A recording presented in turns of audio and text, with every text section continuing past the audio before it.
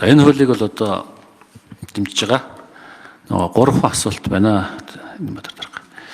Нэгдүгürt энэ нөгөө гэр хуулийг орон суучлах гэж байгаа. Тэгээд дээр нөгөө ашиглалтын шаардлага хангахгүй байгаа орон сууцнуудыг дахин төлнө гэж байгаа. Тэрэн дээр одоо энэ огт бизнес хувьд ашиггүй байршилд байгаа тийм барилгуудыг ер нь яах вэ? Одоо шинэ биокомнат байгаа. Тэгээд тэрийг нураагаад ороод байшин барь гэхлээр хэн сонирхгүй. Тэрэгдэн маш хүнд байдалтай байдаг. Энэ иймэрхүү төслүүдийг ер нь яаж шийдэх вэ? Тэрнээс бизнесийн байгууллага орохгүй юм байл. За хоёрдугаарт нь та бид хоёр хаан улдурын 3 дугаар хоонд жигүүр гарантад компанитай уулзаад тохироод газараа буцааж өгөөд оронд нийслэс газар аваад тэгэд сургууль эхлэхээр болсон. Тэгээ сургуулийн барилгын гүйцэгч сонгогдсон байж байгаа. Гэтэл өнөөдрийг болтол нөгөө жигүүр гарант компани чинь газараа чөлөөлж өгөхгүй байна. Сургуулийн барилга эхлэмээр энэ дэр одоо ямар арга хэмжээ хэдүүлээ авах вэ гэж. За гуравт нь Батбангалан гишүүнд ирсэн юу байгаа юм. Энийг бас би дамжуулахгүй болохгүй байна.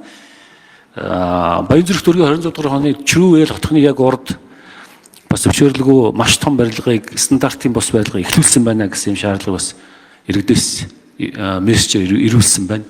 Энэ дээрээс онцгой анхаарч өгөөч гэж. За ийм 3 асуулт ихний хэлд асууч.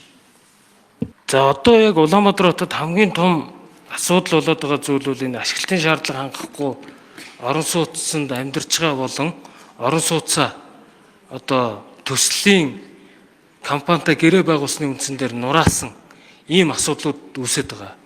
Тухайлбал Баянзүрх дүүрэг дээр ICDC гээд одоо 201 дугаар байрыг нураагаад шинээр барилга барина гээд айлуудыг нэгэд ор хоронгүй болгоцсон. Тэгээ каркас цутгагдсан. Өөр цаашаа хийсэн ажилгүй. Аудит оруулахаар 35 айлын мөнгө орсон үлдсэн нь одоо ороогүй нэ гэдэг дүгнэлт гаргадаг. Өөрөөсөө болохоор бүх айлаас захиалга авцсан гэдэг. За ингээд эрүүгийн журмаар уг асуудлыг шалгуулж байгаа. Гэсэн хэдий цаана нь иргэд тохироод байгаа энэ тохиолдлуудад бид нар гэр орооллын энэ газар чөлөөлтийн сангаас яг ийм төслүүдийг бид нар гүйцэн дуусгаж тухайн айлуудыг хохирлгүй болгох нөгөө талдаа энэ сан өөрөө гаргасан мөнгөө иргэн олж авах ийм одоо нөхцөл тохироотойгоор бид нар энэ санг ашиглана гэж үзэж байгаа цөөн тохиолдолд ихэвчлэн газар чөлөөлт рүү энэ сан явагдана гэж хэлнэ.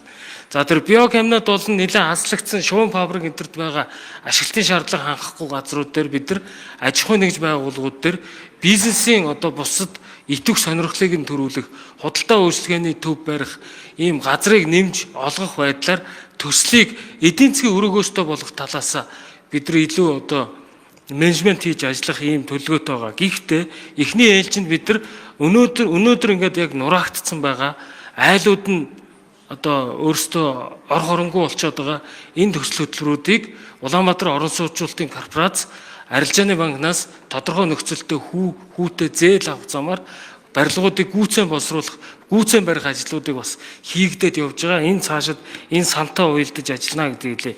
Жигүүр гарантад албан шаардлага өгсөн. Бид нар нэгэнт одоо хоёр талаас хилцэл хийгдээд хилцэл хүчин төгөлдөр болсон учраас шаардлагатай гэж үзвэл бид нар албадан чөлөөлж сургуулийн барилгыг эхлүүлнэ. Баянзүрх дүүргийн 26 дугаар хороонд тэр баригдж байгаа барилгын талаар бас мэдээлэл ирсэн. Хотын стандартын газар болон хотын хяналт шалгалтын газрыг бид нар газар дээр нь очиж шалгалт хийлгээ гэж явуулсан. За энэ дээр та бүхэн нэг зүйл ярьж байгаа бол зөвшөөрлөлтөө зөвшөөрлгүй хоёр барилгын асуудал яригдж байгаа. Энийг бид нар тухайн өвөрт нь эргээд бичгээр мэдгэж.